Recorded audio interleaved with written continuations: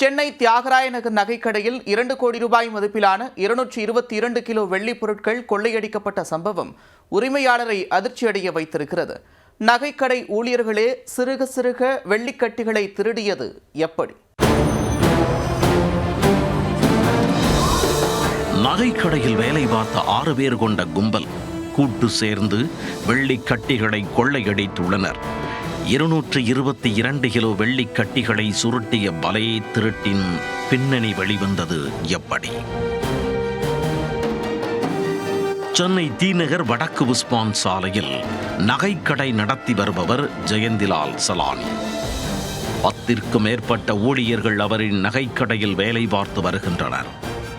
கடந்த வாரம் நகைக்கடையில் இருப்பு இருந்த வெள்ளிப் பொருட்களின் அளவில் மாற்றம் இருந்துள்ளது.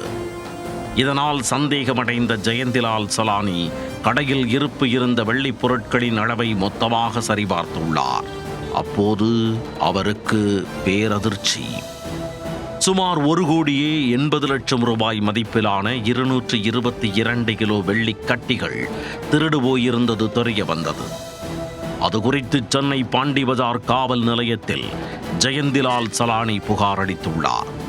புகாரின் பேரில் போலீசார் வழக்கு பதிவு செய்து விசாரணையை தொடங்கினர்.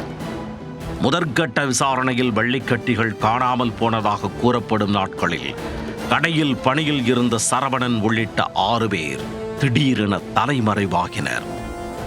நகைக்கடை உரிமையாளரிடம் விசாரித்ததில் சரவணன், அஜ்மல், மகேந்திரன் உள்ளிட்ட 6 பேர் மீது சந்தேகம் இருப்பதாகவும் தெரிவித்துள்ளார். அந்த 6 பேரும் தற்போது தலைமறைவாக இருப்பது குறிப்பிடத்தக்கது. செல்போன் எண்ணை டிராக் செய்து நகைக்கடை ஊழியர்களை தனிப்படை போலீசார் தேடி வருகின்றனர். சரவணன் உள்ளிட்ட 6 பேரும் சிக்கினால் மட்டுமே 2 கோடி ரூபாய் மதிப்பிலான வெள்ளிக்கட்டிகள் திருடு போனது யாரால் என்பது குறித்து தெரிய வரும்.